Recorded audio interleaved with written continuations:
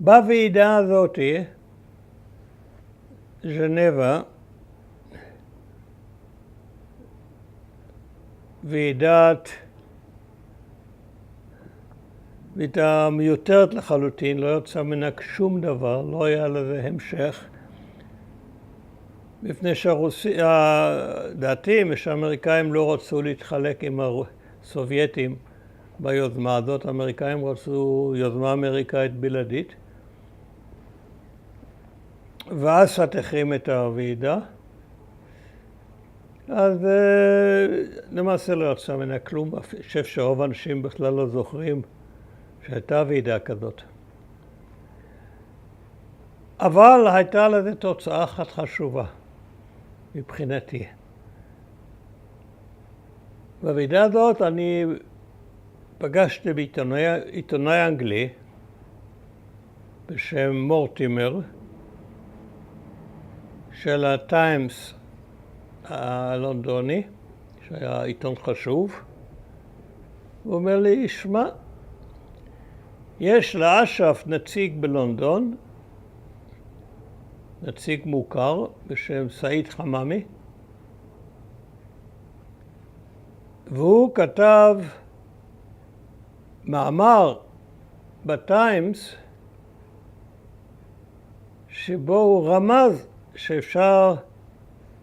שאש"ף מוכן לנהל משא ומתן עם ישראל.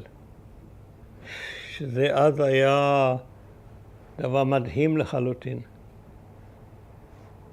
אז אמרתי לו, אתה יודע מה, שתחזור ללונדון, תנסה לדבר איתו ותגיד לו שפגשת ישראלי בשם אורי אבנרי ושהוא היה רוצה להיפגש איתו. ואכן, כעבור כמה שבועות, קיבלתי ממורטימר הודעה שסעיד חממי היה מאוד רוצה להיפגש איתי ושאני אבוא ללונדון. טוב, צריכים לזכור שאש"ף אז היה שטן בהתגלמותו, שכל מגע איתו היה פשע חמור. אבל הוא קבע לנו פגישה בלונדון, מלון מאונט רויאל ברחוב אוקספורד, מקום מרכזי מאוד, ונסענו לשם, רחל ואני. החלטנו שלא כדאי שרחל תהיה נוכחת.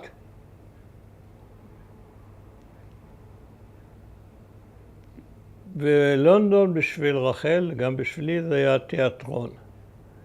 אז כל ערב הלכנו לתיאטרון, ואותו ערב קנינו 2 כרטיסים, והיינו מוכנים לצאת, כשפתאום מצלצל הטלפון הפנימי במלון, והסתבר שחממי בא לפגישה. שלחתי את רחל לתיאטרון לבד, וחיכיתי שיעלה. עכשיו הפגישה הייתה מסוכנת משני הצדדים. א', הוא לא יכול להיות בטוח שזה לא מלכודת של המוסד. אני לא יכולתי להיות בטוח שזה לא מלכודת של אש"ף.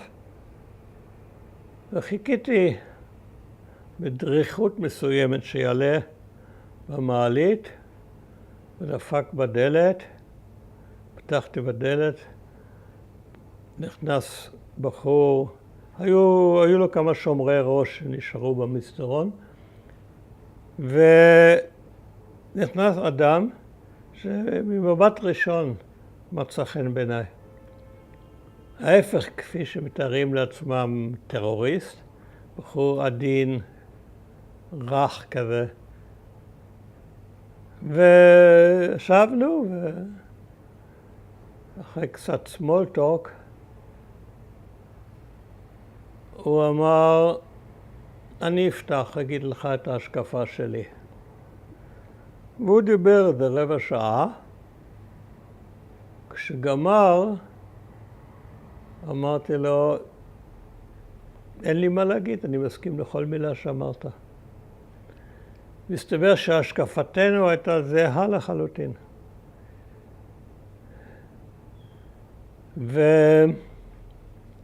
והייתה לנו ידידות ממש מהשנייה הראשונה. ודיברנו. לא דיברנו כבר, אחרי ההקדמה הזאת לא היה לנו מה לדבר על מטרות. היה מה לדבר איך לעשות את זה, מה לעשות.